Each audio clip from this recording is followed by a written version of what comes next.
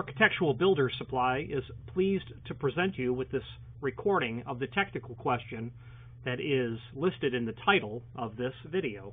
This call may be monitored and recorded for quality assurance. Awesome.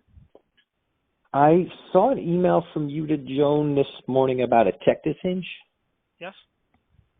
Now, it looks like we did specify the wrong item number. It should have actually been a TE 540 3D is the energy model. That's but you don't have any 541s, the FVZs. Correct. So we have on this door, we have 3 non-electrified hinges, which we're good with. What's that model number? The 541. Okay. So you can't, is it an FVZ? It is an FVC, but we're not looking to make those electric. Those are good as is. You're not going to be able to install a 540 energy onto a 541 FVZ because that FVZ has got that really weird inset application happening. It's a hyper unusual hinge. It's not unusual, but that hinge stands alone in their product line, and there is no power transfer capability on an FVZ style hinge.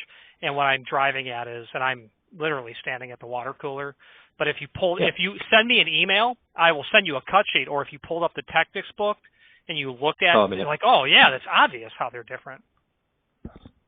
So we couldn't install these 2 different hinges on the same door? No. Think of installing a offset pivot and a center hung pivot on the same door. The problem is the vertical axis of pivoting wouldn't line up. So it's the FVC that fucked everything up. I would say that it definitely did exactly what you said. Absolutely. And did you have an alternative? No. No. I mean, you're going to have to come up with some way to transfer that power.